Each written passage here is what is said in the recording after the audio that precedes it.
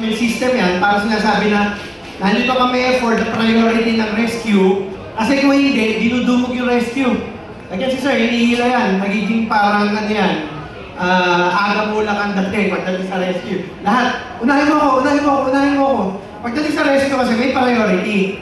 Kaya yung isang night vision namin, merong thermal na ginagamit para pag nilagay mo sa mga ganitong equipment, mapa-prioritize mo kung sino yung kailangan i-rescue. Like, pumunta ka ng flood na maraming namatay, maraming katawan na nakahandusay dyan. Pero pag ginamit mo yung thermal, night vision ng Calmager, makikita mo kung may body hit pa. With that, kung tine-thermal mo siya, pwede i-priority. Yung wala ng body hit, so next priority na siya. Pero kailangan natin saving lives muna. Then, dito naman, pwede kasi gawing remote operated itong mga ATV na to. Kailangan lang ng konting technology na ginagawa namin sa Filipino Technologies Group tsaka sa Filipino Inventors Community. Lalagyan mo yan ng system para i-remote mo na lang siya.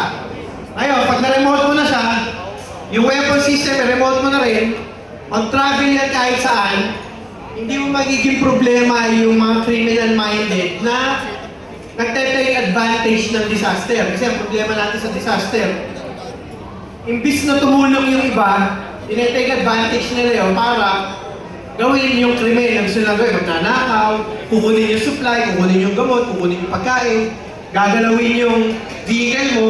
So kung meron pang ganito, lagyan mo ng Patriot 1 Defender Automated Weapon System, pwede mo yung i-activate kahit nasan ka, kasi 4G na yung system niya.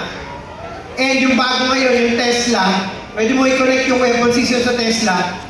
Hindi mo na kailangan lapitan yung mga weapons mo tsaka yung disaster response mo na mga gears. Halimbawa to. Kunyari, ito yung ground zero. Sobrang daming tao. Ito, ang dala nito, sobrang daming pagkain, pero enough lang sa kailangan i-rescue. Para hindi siya dumugin, lagyan mo ng weapon system. So, ayan. Ganyan mo sa paligid para makita natin sino yung priority. Yung priority, makikita kasi yan sa video, like dito. Yan, nakalive siya. So, ito to. So, ba yung camera? So, nakalive. Kung ito yung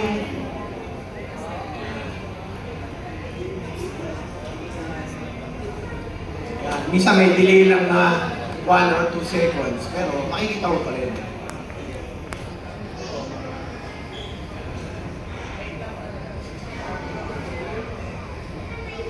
So, gano'n. So, kung ikaw yung kriminal na tinitake advantage mo yung mga rescuer, meron ka nito, hindi lalapit yun. Kasi may security yung rescue team mo. Ang nangyayari, walang security yung rescue team, pwedeng masaktan yan, pwedeng magkagulo. Hindi na pa-prioritize yung saving lives. Kasi nangyayari, yung mga hindi nakikinig na mag-prepare ka, ayusin mo to, mag-ready ka, may disaster na dating. Kung kailan na nandyan yung disaster, tsaka sila nagre-ready or humihingi ng tulong. Minsan nga, makita natin pag mga rescue sa bumbero, yung bahay niya pang 10 pa. Pero ang gusto niya, yung bumbero nandun sa bahay niya para bantayan, para hindi masunog. Paano yung tao na nandun sa nasusunog na? So, importante, complete yung security yung rescue din. Kung ikaw naman, civilian ka, halimbawa, gusto mo mag-rescue, magdalawang isip ka kasi kung wala kang training, ang pinakamahirap, crowd management, dahil dudumugin ka talaga.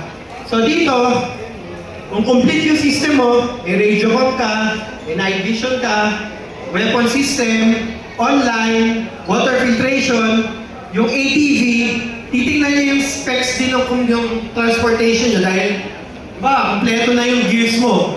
Pero yung ginagawa mo lang ATV, yung bakal, manipis. Yung gulong, madali maputo, madali masira. Tingnan niyo yung quality, like this one, ang kapal, malaki. Malaki yung gulong.